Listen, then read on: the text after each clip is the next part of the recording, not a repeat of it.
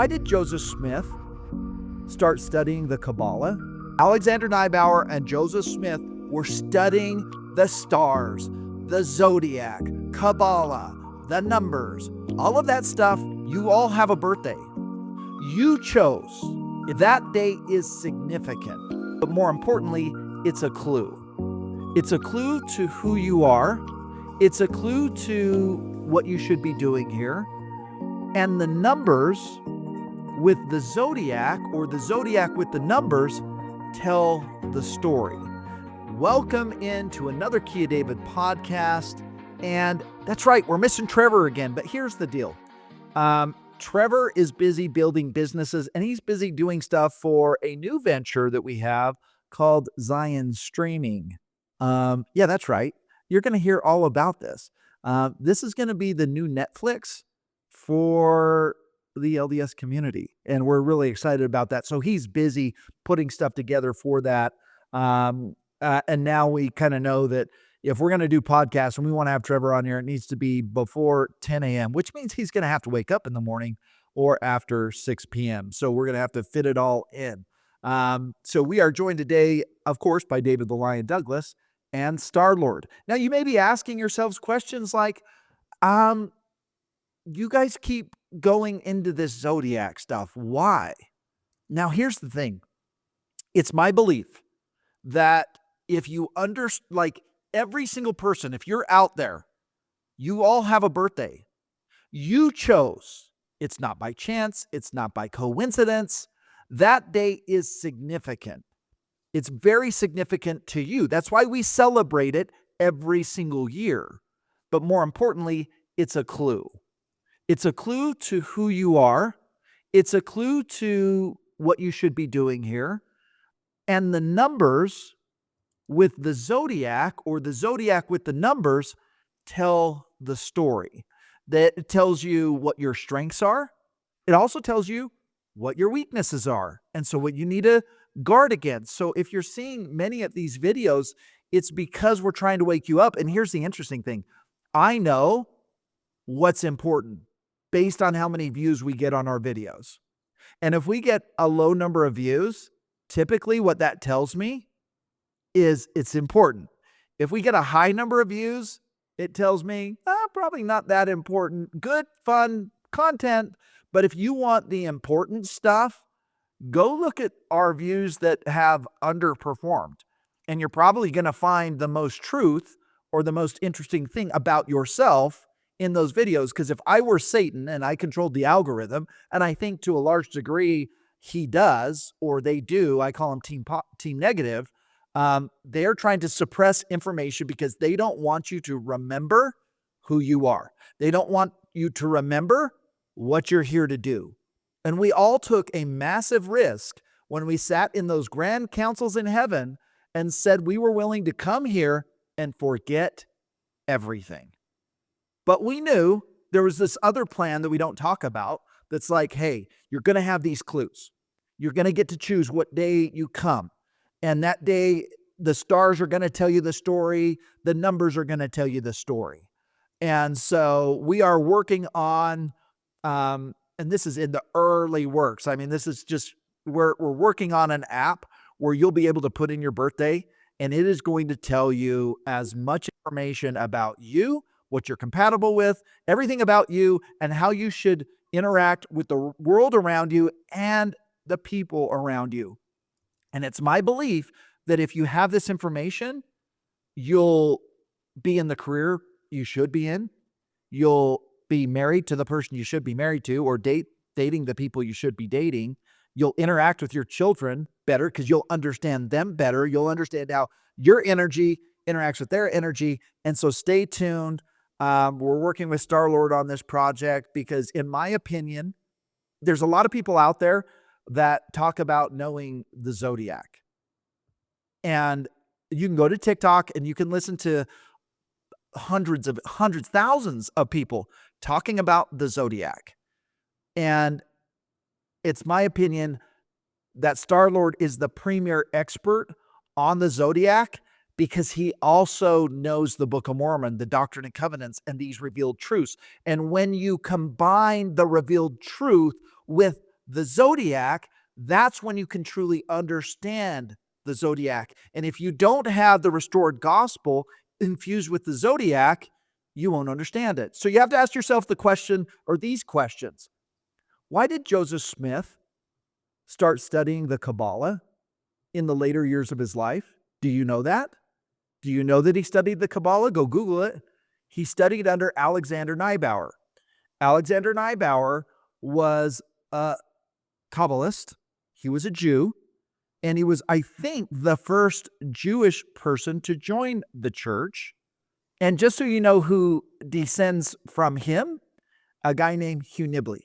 That is Hugh Nibley's great-great-great-grandfather.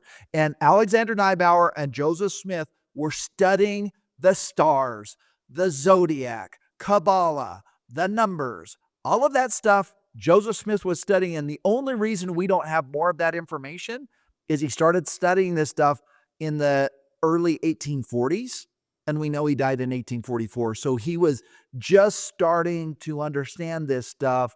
And we're going to do the best job we can to help finish that work off with the series that we're doing with Star-Lord. So sorry for that long-winded introduction. I just want people to understand how important, and I myself have been dismissive of the zodiac. I'm like,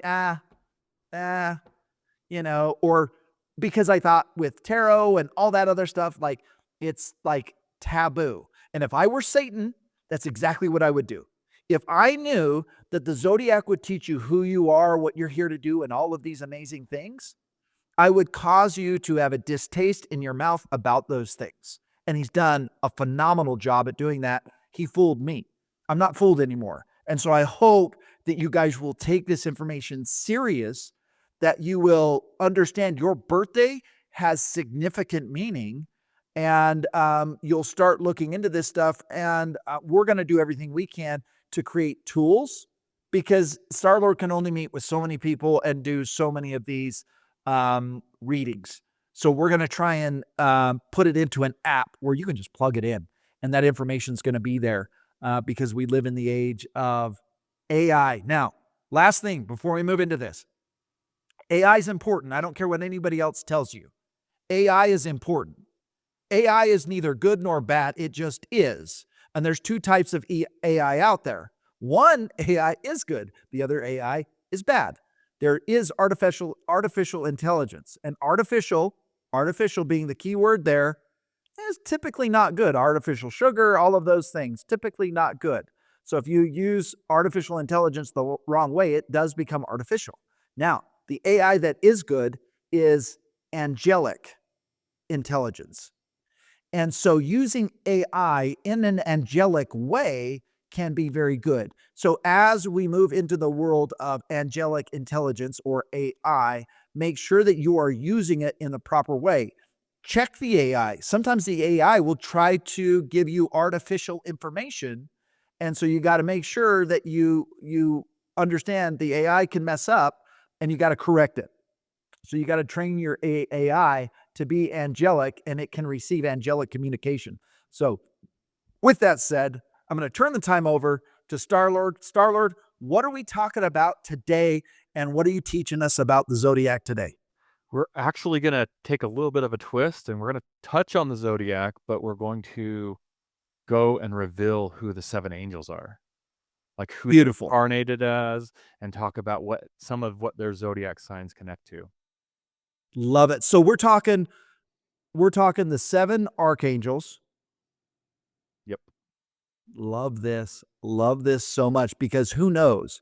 Maybe some of these 7 archangels are starting to arrive in these orbs in the sky. So let's go. Jump into it. Let's go. Okay, let's turn to our first graphic, because there's an important lesson for us to understand in what's drawn there.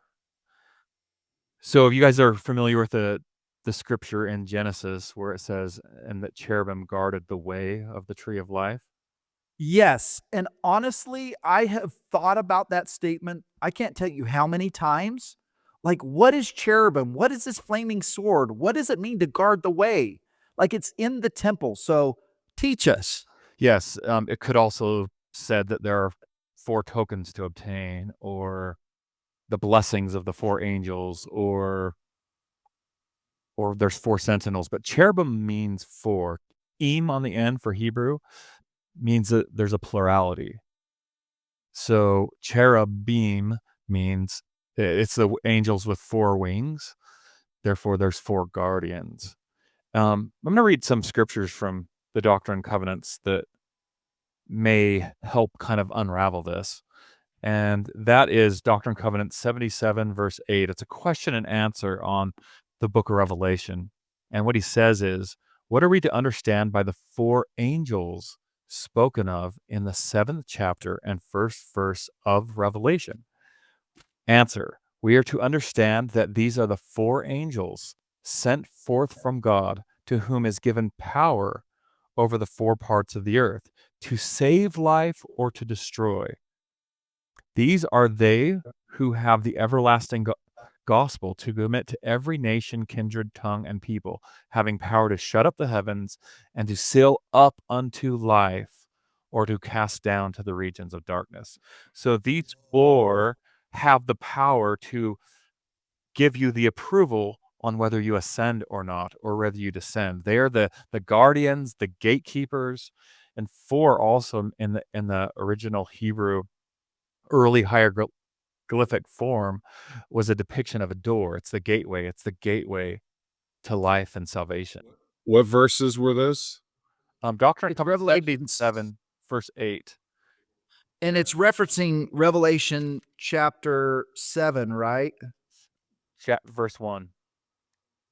And just to read that, it says, and after these things, I saw 4 angels standing on the 4 corners of the earth, holding the 4 winds of the earth, that the wind should not blow on the earth, not on the sea, nor on any tree. Yes, they also can control all the elements. So we're going to talk about which power each one has over each element too. Oh, do you care if I just read the next one is really important. So as we kind of set this stage, it's like these 4 angels are some powerful freaking dudes. Like they control the elements, they cover the 4 quarters of the earth, they can decide who lives, who dies. I mean, these guys have some authority that is really powerful. Verse 2 says, and I saw another angel ascending from the east. So then you got these 4 angels that we talked about. And then in verse 2, it says, I saw another angel ascending from the east, having the seal of the living God. And he cried with a loud voice to the 4 angels to whom it was given to hurt the earth and the sea. And he basically goes on to be like, guys, like, wait, not yet. Just time out for just a second. Let us go ahead and do some work here. But they're ready to rip. Whatever it is they're ready to do, they're ready to rip. Okay, keep going. Okay, so let's go back to the first slide. I want to touch on that just a little more. If you notice, I have a tree drawn on the hill with the cross. And we should understand that this is a symbol of the tree of life, the cross, the 4 quarters, the 4 corners of the earth. And they go every which way. This is the tree that goes every which way because he was hung on a cross, which is built of wood, which is the substance of the tree. So the cross can represent more than just the death of Christ.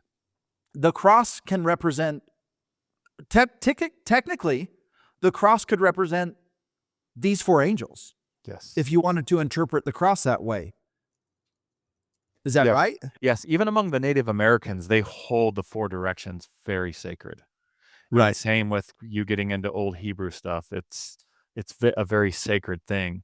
And they represent the 4 angels that Jesus embodied the attributes of all the 4 angels. He had ascended, he had their approval, and they revered him.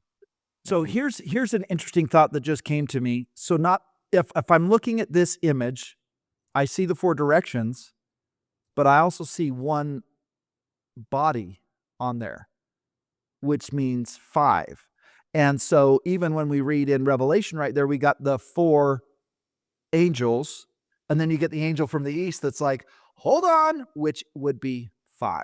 So you could see 5 technically, even though there's 4 directions, there's one body that is helping, I guess, control what these directions do or what these 4 angels do.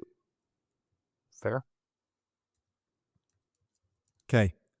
Cool. Okay. Anything else? Let's move on to the next, and let's reveal the first angel. So the east direction is associated with Michael, and he has power over the east and the air. Joseph Smith revealed to us who that is, and I'm just going to go ahead and read a quote. He says, and this is in Doctrine and Covenants 107, verse 54. He says, "And the Lord appeared unto them, and they rose up and blessed Adam, and called him Michael, the prince, the archangel." So what we should understand by that is we're going to find a pattern. We're going to find what's scriptural, and then we're going to find the logic and the pattern off of what is revealed to us, and then we're going to use those same principles to reveal the other 7. Makes sense. So he's identified as Adam, and what significantly happened to Adam in his life is that he received the breath of life and became a living soul. His powers over the air, because Adam manifested that by coming to life. And so his powers over the wind, the sky, the air, the breath of life, because Adam had that power on earth of being the first, the beginning. Think of it as like the springtime. The east is the direction that represents the spring. It also represents Aries, and not to confuse it with the Zodiac, because the sun rises in the east, right? Yes, and that's the beginning. The east, everything begins in the east. He's also at the beginning. So that makes sense. There's another symbol of why he was Adam, because he rules over the beginning. It's the beginning of the Zodiac. In the Zodiac, Aries is a fire sign, so it's a fiery personality, but in biblical, like esoteric stuff, it would represent the wind, the air, the breath of life, the beginning. And you'll see all of these line up with the Zodiac elements, but how it's kind of an independent truth. That's a dual truth. So any questions on Michael, or Mikael is how you'd say it in Hebrew? No, I love this. So we're identifying him as one of these 4 angels that has the power to do what we just read in DNC. Okay, perfect. So there's number 1. One other thing, the sword or a blade is a symbol of that because it cuts through the air, right? So that's another emblem that you'll see pop up in literature, whether you find it in the scriptures, but you should associate the sword of truth, the sword of justice with Michael too, because he's known as a protector. And anyway. Gotcha. Okay. Next quote. Joseph Smith reveals the priesthood was first given to Adam. He is Michael the archangel. Then to Noah, who is Gabriel. He stands next in authority to Adam in the priesthood. I don't want to say too much, but each of these tokens go in order of what you would connect to in the temple. So just something to ponder. People have been asking questions in the comment section about this, and I want to hint at it, but it's ultimately personal time to research this different on your own time to see where they connect. So we also know that the angel Gabriel, and it's Christmas time, we also know the angel Gabriel, his job was sent to appear to Mary, the mother of Jesus, right? Correct. And so in that instance, Noah is the same as Gabriel. Correct. Have you connected the elements? So he appears to Mary about birth, and he's announcing the birth, and we're entombed in water in the belly. So he's shown this connection to the water element there. But as Noah, what element did he have power over on the earth? He had power to survive the water. That's right. That's right. He had the power to overcome the water. Yes. So he had power over water. That makes sense. So we're finding a theme where the angel and which direction and power that they have, they're manifesting power over that element. So why the West for Noah or for Gabriel? The West would be the direction that would represent the water. Okay. So Love it. That's cool. Anything else on that? name means strength of God. We didn't mention Michael's. His means one who is like God, meaning the one who is like Jesus. Michael would have been an Aries like Jesus. You would have seen a similar personality to Jesus. Gabriel was born at the time of Libra. It's a very opposite personality. It's like the counterbalance part with Michael. And in speaking of his personality, if you notice that, what was John the Baptist's father's name? Was it Zachariah? Yep. And apparently he got cursed and put dumb for doubting. And Right. Libras are very strong in being kind of the anti-ego sign because they're opposite of Aries, where Jesus or Michael are fine declaring who they are or who other people are. For example, Jesus was quick to be like, I am that I am. He was fine with growing the ego as an Aries. But once again, this is the counterbalance, the opposite sign, a little quicker to like put down people's egos, their doubting. It holds more of the scales of balance, which Libra represents, which is more of a scale of judgment. So this is an angel not to mess with. Perfect. Okay, next one. Okay, I'm just going to be honest. Raphael is one of my favorites. That's not Raphael's symbol. His symbol's fire, but that's Raphael the size of the Ninja Turtles if you grew up in. Okay, I'm excited. Do you know who Raphael is? Yes. The clue is that God Does it start with an E? Does it start with an E? Yes. You're 3 for 3. Okay. That's good. Good job. So God dwells in everlasting burnings. He dwells in fire. It's even said that he is a flame of fire. And you could even go into the school of the prophets. Somebody said that they saw a being engulfed in fire. And Joseph Smith said, you saw the Father, right? That's the Father engulfed in fire. And even when the people are having their ascension experience, like Lehi from the Book of Mormon, a pillar of fire came and dwelt upon a rock. It's a symbol of ascension and connection, that conduit of fire that goes to heaven. And so when God dwells in everlasting burnings, whoever ascends to him with their city goes to a place of fire. So Enoch who ascended with his city. They went to the place of fire. Therefore, he has the power over fire and the power to survive in the fire. Therefore, he's the archangel over fire. And why? I freaking love that. Okay, so when you go south, during this more southern you go, think of us in the northern hemisphere. The hotter it gets. The hotter it gets. So it's another way of understanding the elements and why they're placed in each direction. Love that. Okay, so just to recap, so everybody knows, we have just revealed in Revelation chapter 7, it talks about these 4 angels. And we've got Michael, who is Adam, Gabriel, who is Noah, Raphael, who is Enoch, and now we're going to get to number 4. Were we ready to move on? Yeah, this is special for you, Shane. I'm excited about this next one. Uh-oh. Uriel. Okay. So it's the power of the earth, and as things get harder, more ice-like, you go further north, it's all hard and solid. So that's why the north is with the direction of the earth. It is the counterbalance part to the Enoch, the Raphael connection.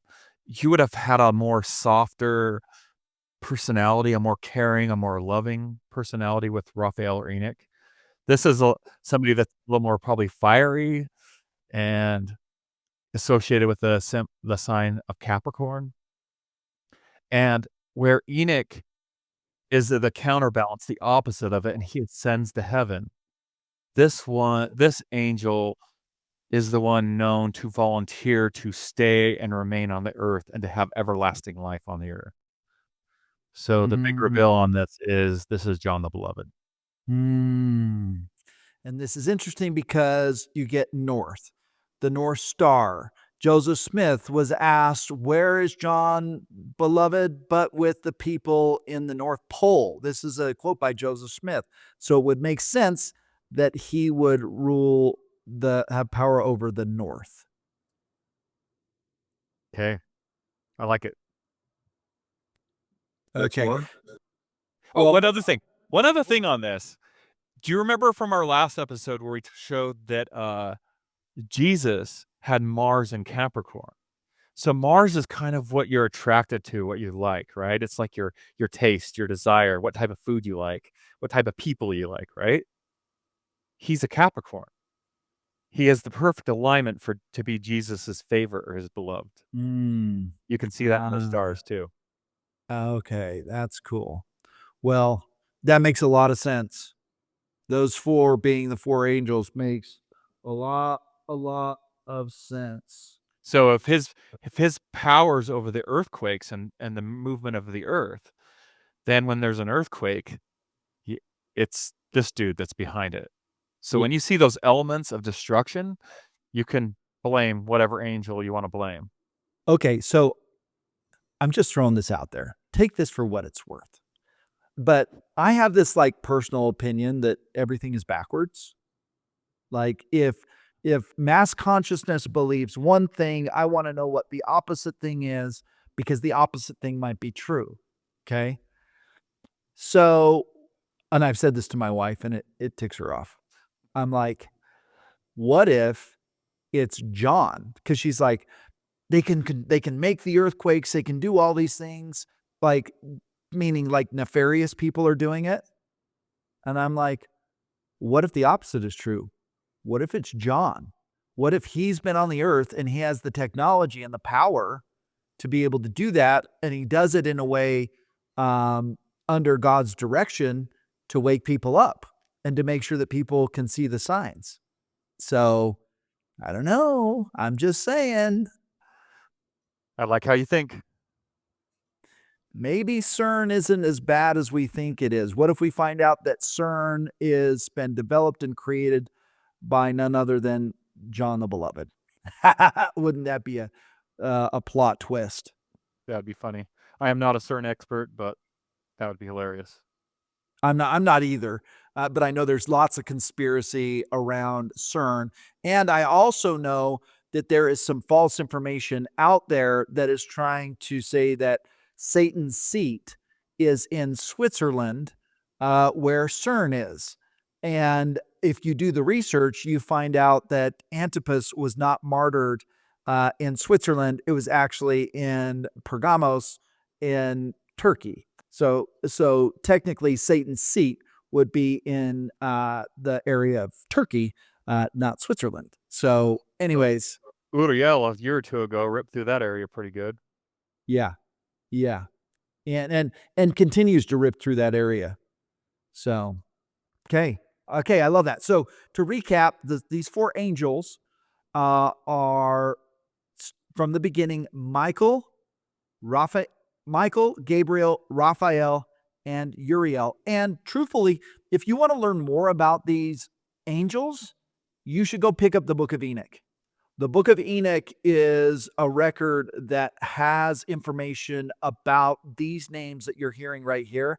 And I love the idea of you're the first one that I've met. I've heard a lot of people are like, could Uriel be Peter? And that never really like felt like that was correct. And this is the first time that I'm like, Uriel makes sense that it could be John the Beloved. And there's another name, Uriel, and they're really close. And I would say Muriel and Uriel are super tight. But most people don't know about who Uriel is. Now we're getting into real deep esoteric things if you bring up the name Uriel. But anyways, okay. Next slide. Raguel, I forgot to grab the quote, but I don't have tons to say about this one because he's not associated with an element, but he is still one of the seven. And do we know who he is? Abraham is called the friend of God in Scripture. There's like a direct hit there. Okay. I mean, Abraham makes sense. Abraham makes sense that he would be one of those dudes, 100%. Wild. Happens to just have the same, because Raguel, Raguel means friend of God. Abraham gets called friend of God in Scripture. Not by accident. Not by Okay. accident. Okay, so now we're getting into 7 archangels and their names. We've covered the 4 that we believe are mentioned in chapter 7 of Revelation. Okay.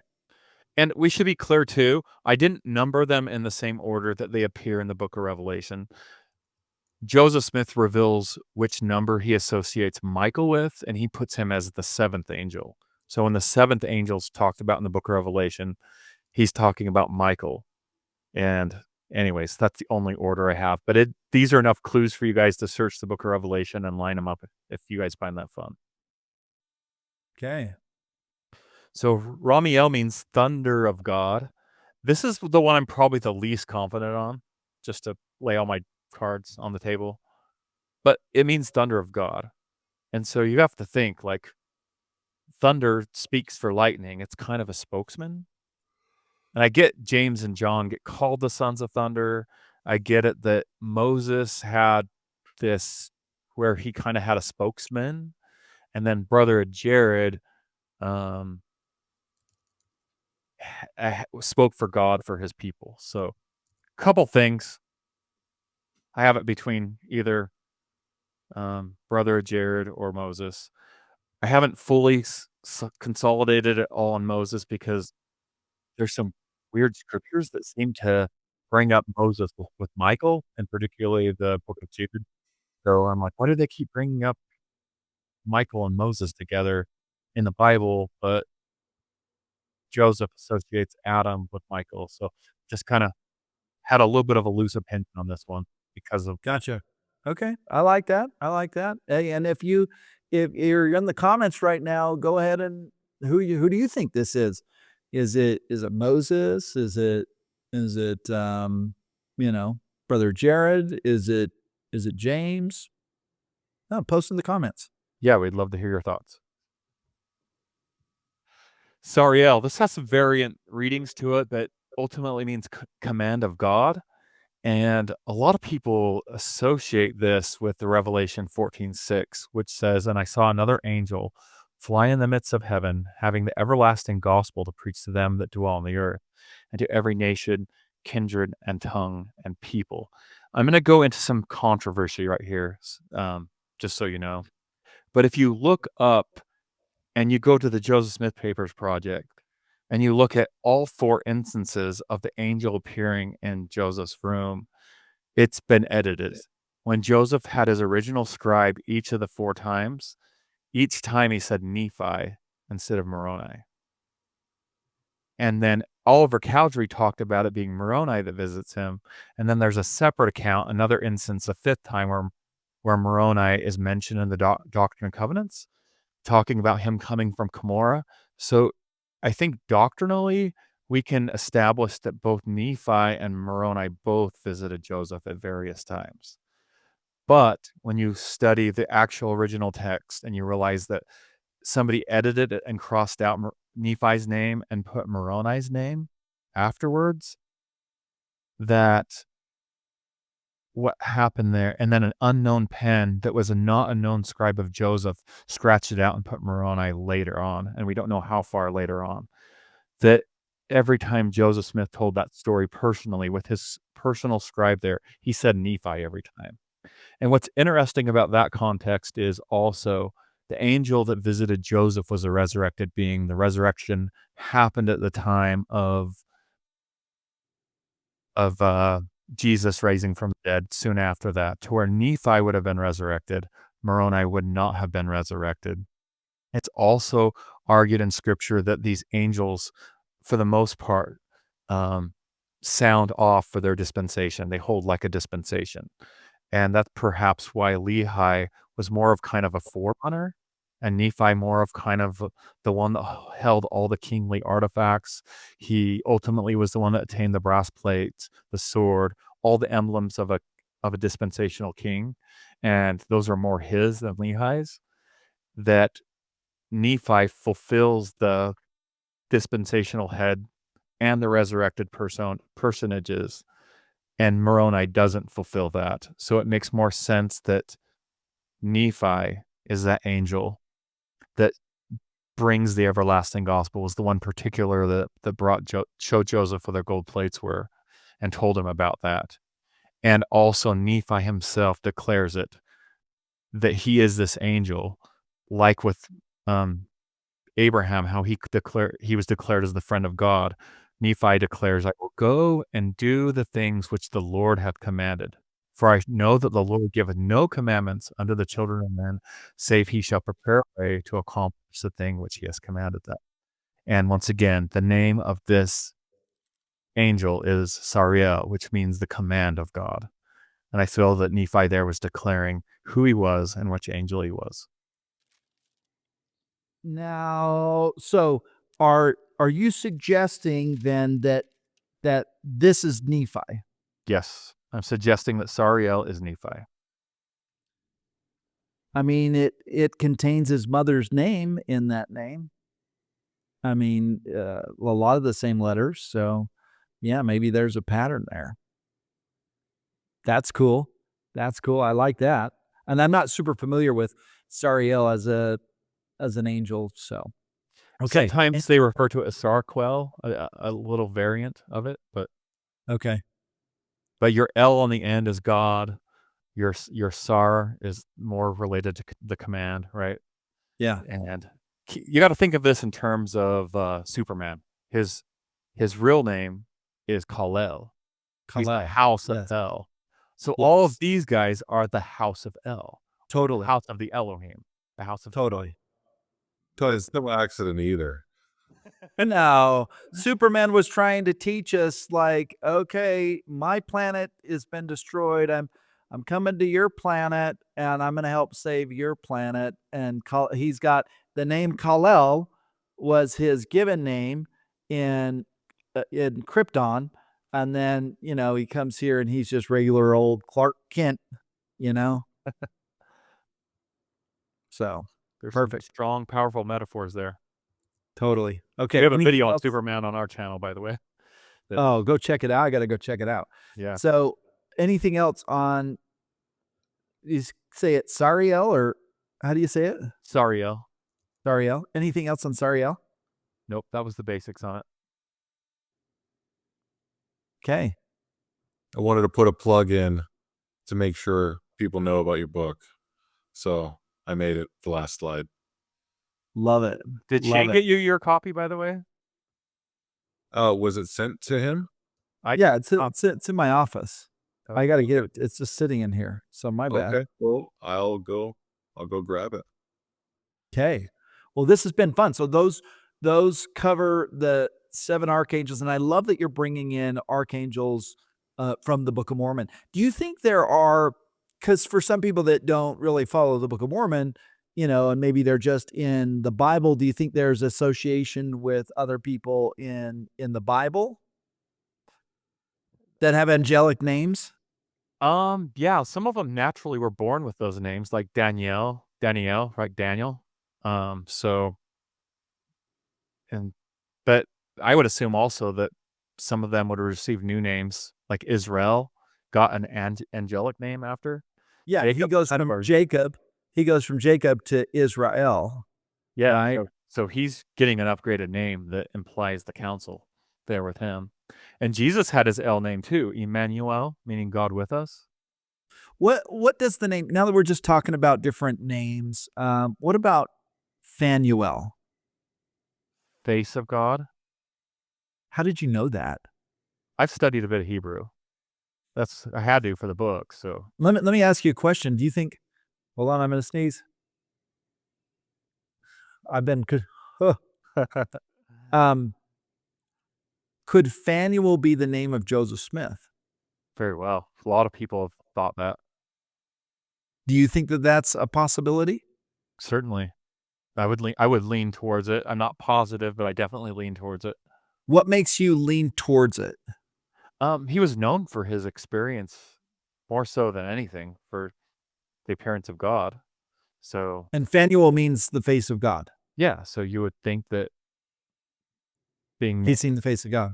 seeing the face of God would be a requirement for that angel. That's what he The- would be known for. Muriel, what does Muriel mean? I don't know that one off the top of my head. I'll look it up real quick. Well, it's so fascinating that you just like I say Phanuel, he's like, yeah, face of God, you know. Because there are these other names, like what about Azazel or Samael or Samjaza? Hmm.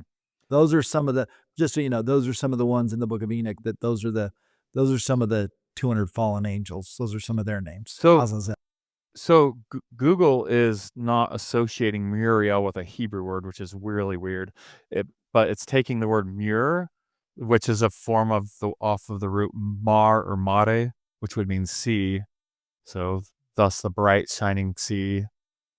But they're saying that's Gaelic, so I'd have to look into that one a little more. That would make sense. But think of like also Mary. Mary, it could have some name So yeah, so it is interesting. Muriel has Celtic origin. So Muriel would be almost, even though he's got the L, let me ask you this. Could Muriel be an adopted into the house of L? So that makes him different. And is that why you might have Celtic origin? That's some interesting symbolism there. So when you read this is where the name Muriel, like in my studies, have you ever heard of the discourse of Abaddon? Or the You've discourse talked to of me a Abaddon? little bit about it, right? I haven't had. So it's a 26-page discourse that's an apocryphal writing that got left out of the canon of scripture. And basically all the apostles are like, Jesus, you've taught us everything, but you haven't told us about Abaddon. And they're all afraid of Abaddon. Like you need to tell us about, and Abaddon is a representation of basically the angel of death, right? Like Abaddon was sent, when they were supposed to put the blood on the thing, God sent the destroying angel. Like he was on God's errand, but he was committing murder, right? So it's like, here's a guy that goes and does the work for God, but he's like the garbage man. Like he's doing some, he's not this, he's like, here to kill you, Do the basically. dirty work. So before Abaddon was Abaddon, his name was Muriel. But before he was Muriel, he was essentially adopted into the house of El, and he was found outside of the El. And so, anyways, he's got this crazy origin. David, what do you got? You're on mute. Real quick, what I want to do, thanks for noticing because I was on mute and I put my hands up. It's I feel like it's important to note for viewers that it's not uncommon for us to receive multiple new names. Like if you take a Native American, for example, when they're born, they get their government, American name. But then if they're recognized by their tribe or go through some initiation, they might get a new name, which is like maybe, Running Bull or something like that. But then if they are a Latter-day Saint and go through the temple, they also get an additional new name. And they might have nicknames or names that they're known by, maybe because of how they perform. So the idea of getting multiple names, and even some of these angels or these beings that we're talking about getting different names, like is actually kind of a new thing. And each time you get a name or a new name, it's a symbol of you reaching a new spiritual height, is how I understand it. Yeah, their titles, their accomplishments. I can Yeah, get and that. we see that happen, right? So let me ask you this. You have Cain and Abel. Now you have Abaddon A-B-E-L. So the question now is, who is Abel? And Abel's interesting because if Abel's associated with Abaddon is the angel of death, who is the first person that we're aware of that tastes death? Abel. So I think there's a code in all of this. And I think it's important that we're exploring in real time right now, we're exploring some of these thoughts about Muriel, about Abaddon. And so, anyways, really interesting. But I just look at Muriel, and Muriel appears to be of different origin than of the Hebrew. Does that make sense? Based on what you've said. The name meaning, according to Google, certainly, yeah. But at the same time, it also holds the L. Yes. So it causes me to think of adoption. And we also in the church believe it's important, adoption is important, because many people, whether they know it or not, they get adopted into the tribe of Israel, right? Mhm. So adoption becomes an important component of this, and it would tie into the lore of Muriel when you read the discourse of Abaddon. So cool. Well, that's very interesting. Okay. Any other final thoughts as we kind of wrap up here? The 7 archangels. Boy, I can't wait. I mean, I feel like in some ways Zion Media's got to put out some information that, or somewhere where all of this information could be read and I mean, is it on a website at all for you, Star Lord, or is it only in some of this information only in books and presentations like this? I put most of my information out on my channel, The Ancient Cosmic Clock, right? Yeah. And I will release stuff on the 4 angels. I've done short little videos on them. I'm considering doing a larger, bigger one at some point. But I don't generally go into Book of Mormon stuff because it's kind of more for a general Christian audience to enlighten everybody that they can make an argument for that from just the Bible or from the stars.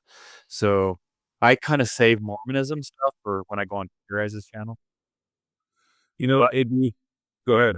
but I do go into this stuff quite a bit on my channel, but not the like Nephi. For example, I don't bring up Nephi on that Yeah, channel. because your audience is different. Even though you come from an LDS background, you're also recognizing the Zodiac is universal. Yes. And religion has tried to make the Zodiac taboo. And again, like I've talked about, everything is backwards. So I learned this later in life. So I'm like, okay, if tarot is considered taboo and I know nothing about tarot, if I were Satan and I didn't want you to know certain things, I would call it taboo. And so you got to like figure this out on your own. Could tarot be used the wrong way? Yes, but anything can be used the wrong way. Just like we talked about with AI. So cool. Well, love this stuff. This is incredible. I mean, we've literally helped uncover potentially who these 4 angels are, the name of the 7 archangels. I love that the idea of incorporating, some of these guys from the Book of Mormon. Now, there's going to be people, I promise you, they're going to be like, he said what about Nephi and Moroni? Star-Lord, if people are curious and they want to do their own research, where would they go to uncover some of, because the historical nature of our church is right now under more scrutiny than it ever has been because of the readily available information. So as we wrap up, I want to just wrap up, and if you don't mind talking about kind of your journey as you've dug into these journals and the historical nature of well, was it Moroni? Was it Nephi? And kind of how you managed to deal with that, because the narrative says Moroni. There's conflicting evidence that says it's Nephi. So how do you, in your own mind, kind of reconcile this the narrative of what we're taught, but maybe the narrative isn't what we've been taught?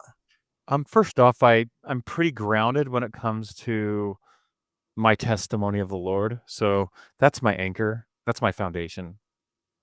And so I'm not like uncomfortable if a narrative from history changes a little bit. I'm not necessarily heavy into politics or who's the most important at any given time. I don't get into all that. I get into, and I realize that the truth that I find will empower me. It will enhance my life. It will make me better, more capable, and the better discernment you have, it'll bless you in any aspect of your life, whether it be getting a blessing or whatever else, being led by the Spirit.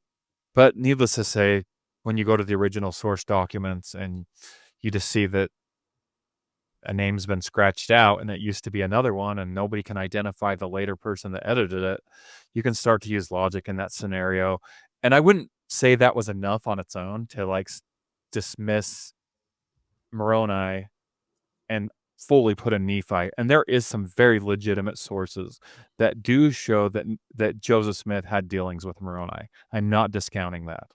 But just the very instance of the person that appeared to us in his room, who is a resurrected being, and when you understand the doctrine of the resurrection, it only happens at certain times.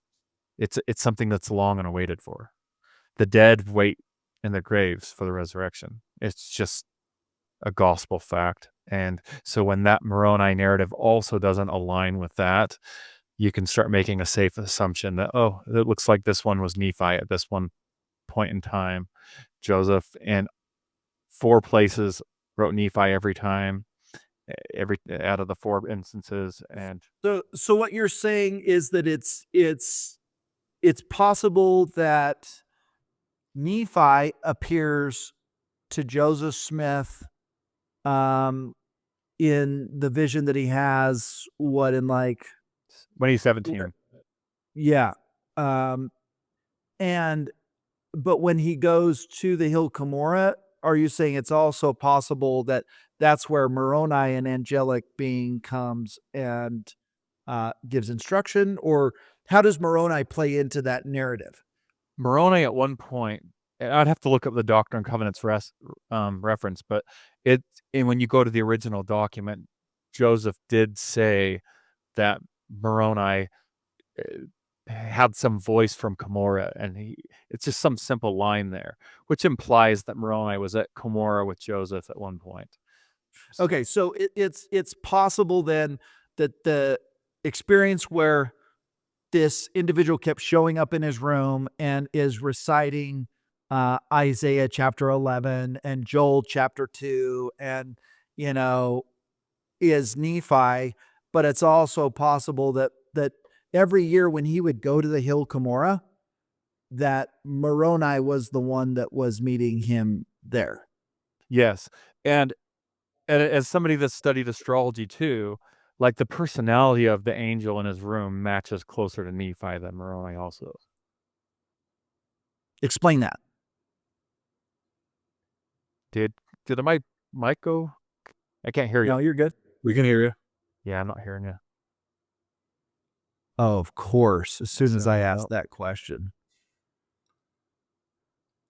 You there? As soon as and the question I asked David, I'm like, I can't hear you guys. Can you hear me? yeah, oh yeah. Yes. Yeah, we can hear you loud and clear. You guys just came in again. Okay. Oh, perfect. Okay, restart. So keep going. I asked the question, how does, you had said that the description of the person that was visiting Joseph Smith in his room matches more Nephi than it does Moroni. I was saying the Could person. you go a little personality. Can you go a little deeper on that? Yeah, because from memory, I associate Nephi with very Scorpion in his personality. He's the type that goes into other people's business. He's direct. He's straight. He would lecture at his brothers. I can see that your hearts are feeling that. Very perceptive, and that same type of personality. Does being large of stature play into that?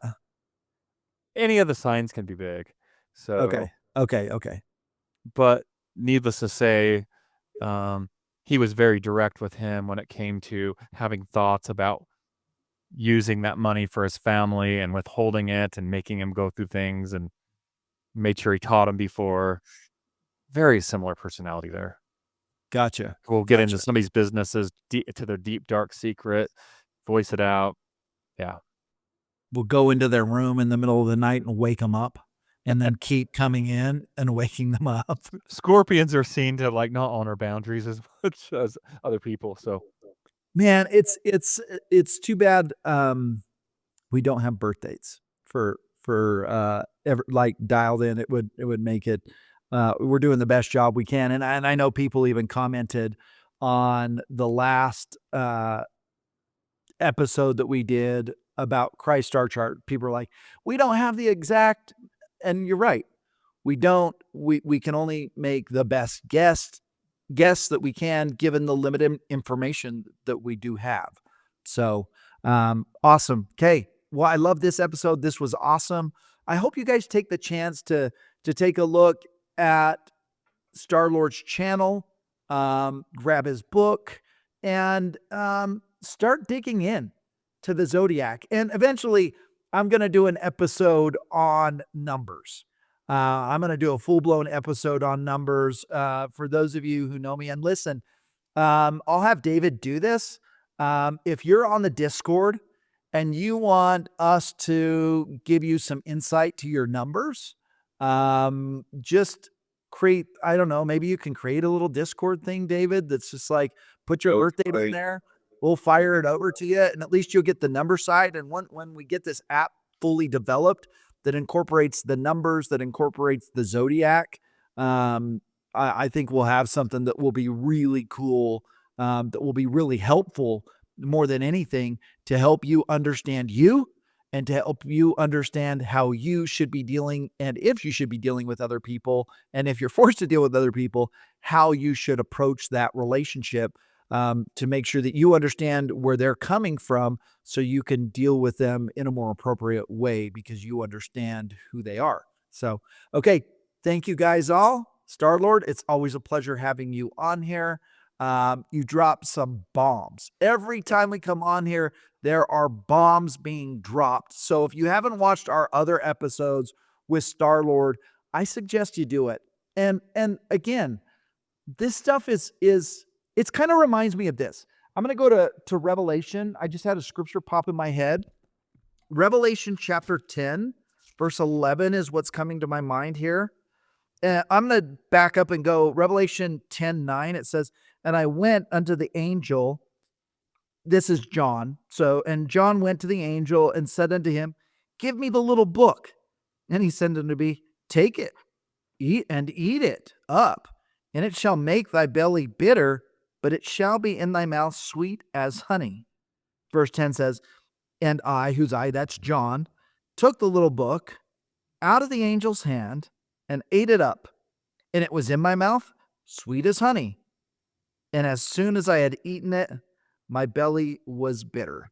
So you got to understand, it's like if you hear these narratives and it's like all of a sudden maybe Nephi's the one that's showing up in the room, it's like, oh, that makes sense. But then you like swallow it and you're like, oh, that makes my stomach hurt. It becomes very bitter in the belly. Or you learn some things about the Zodiac, your own Zodiac. And not everything is sunshine and rainbows in the Zodiac. There's good and there's bad. And it's important that you know both sides.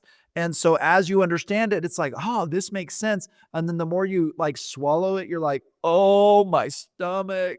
Oh, my belly is bitter. And that's what happens when we receive new truth. I mean, it's like I can tell you on multiple occasions where I have shared the Book of Mormon with somebody and I tell the story. and they hear the story and they're like chewing it and they're like, man, this tastes really good. Man, I'm liking what you're saying here.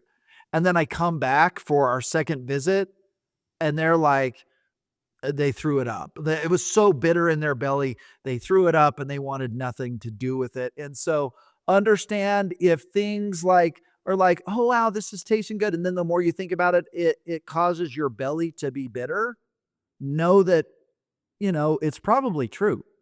And sometimes these truths and this information, it's hard because it challenges the narrative. It challenges what you thought you knew. I mean, imagine if your whole life you grew up thinking we went to the moon, and then imagine if information comes out that is verified that says we never went to the moon. That would make you be like, God, how can I trust anything here? Right? So this information is designed to help you uncover the mysteries of God. And as John experienced here, he says, hey, give me that book. I want to read that book. And he reads it. He's like, wow, this makes a lot of sense. It's kind of like the concept of eternal lives, or people call it multiple mortal probations or reincarnation, whatever that is. It's like, that makes sense. And then you swallow that and you're just like, gosh, that's hard to swallow. And I think that's also why Joseph Smith, when he talked about, hey, if I told you everything I knew, you guys would kill me. And Brigham Young's like, please don't tell me anything that would cause me to apostatize. So Brigham Young didn't want to know things that would cause him that bitterness to be in his belly. So again, take all this information on this channel, take it to the Holy Ghost, seek personal revelation on everything you hear from anyone to confirm what is true. Don't take my word for it. Don't take Star-Lord's word for it. Definitely don't take David Douglas's word for it. Just kidding. But in all seriousness, take everything to the Holy Ghost. Find out what is true for you and what you need to know now. And some of the stuff you might not need to know now. And that's okay. This may be something for you in the future when you've progressed further down the road spiritually. Not all of us are in the exact same place spiritually. So find out where you're at and see if you can expand upon that. Okay. Thank you all for tuning in and supporting Zion Media. I believe this episode will probably get released before Christmas. So with that, Merry Christmas to all, and to all, a good night.